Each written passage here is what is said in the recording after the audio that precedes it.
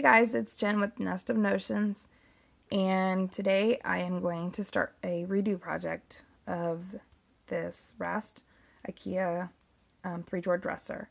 I've had it as an end table in our living room for quite some time now, and just haven't really thought about it. I've been just mulling it over in my head, scouring Pinterest for hours on ideas of what I really wanted for it. I didn't want to do it and then regret it, so I've really thought long and hard, as in over a year.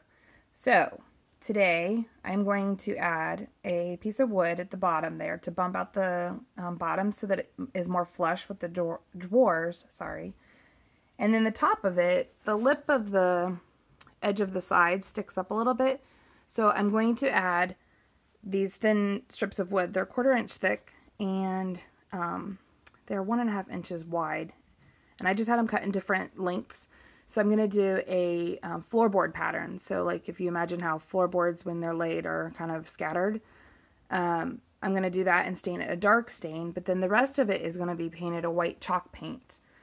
And then the plan is to add legs. So I'm going to reinforce the back with a 2x4 so that the corner plates can go on it, and then the legs can then be added to the plates and it'll be sturdy.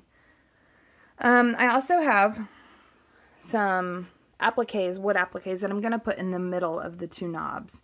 And the wooden knobs I'm going to switch out for this antique brass provincial drawer knobs. So pretty excited about what it's going to look like. I really hope that what I have in my head actually turns out on this dresser. So I'm going to get started by clamping on the front, gluing the wood piece down, clamping it down, and then screwing in the 2x4 on the back to reinforce it, as I said.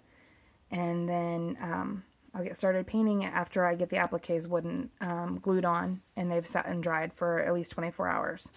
So here goes.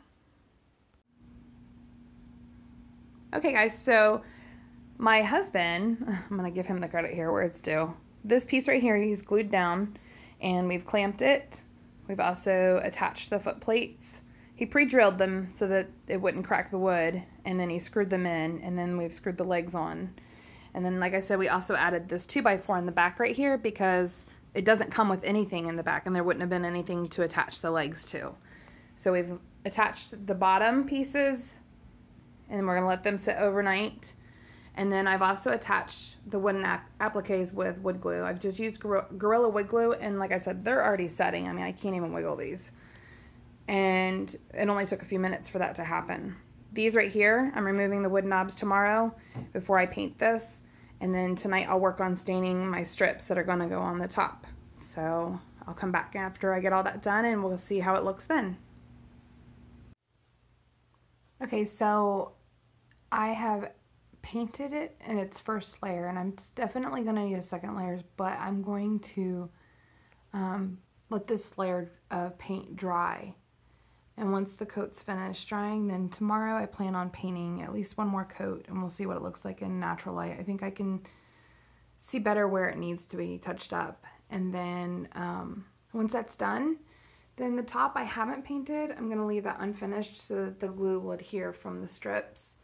And then once I've got my floor plan all patterned out and cut, I'm going to stain those, and then I'll adhere them on with the Gorilla wood glue. So there so far, it's got the appliques on it and painted, the legs are on it and painted, and we'll see what it looks like tomorrow. Hey guys, I am back. And it's been a couple of days since I had done the painting of it, and I took a break and let everything dry.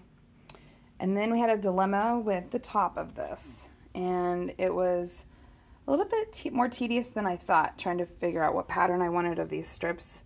They're 1.5 by wide by 1/4 inch thick.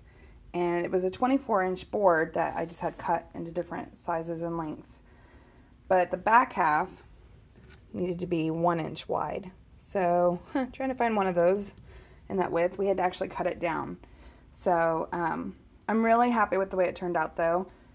And I do have some tips one of them which would be when you're numbering them. So I numbered them when I laid them down so I know what pattern. I numbered like 1, 2, 3, 4, and I kept going.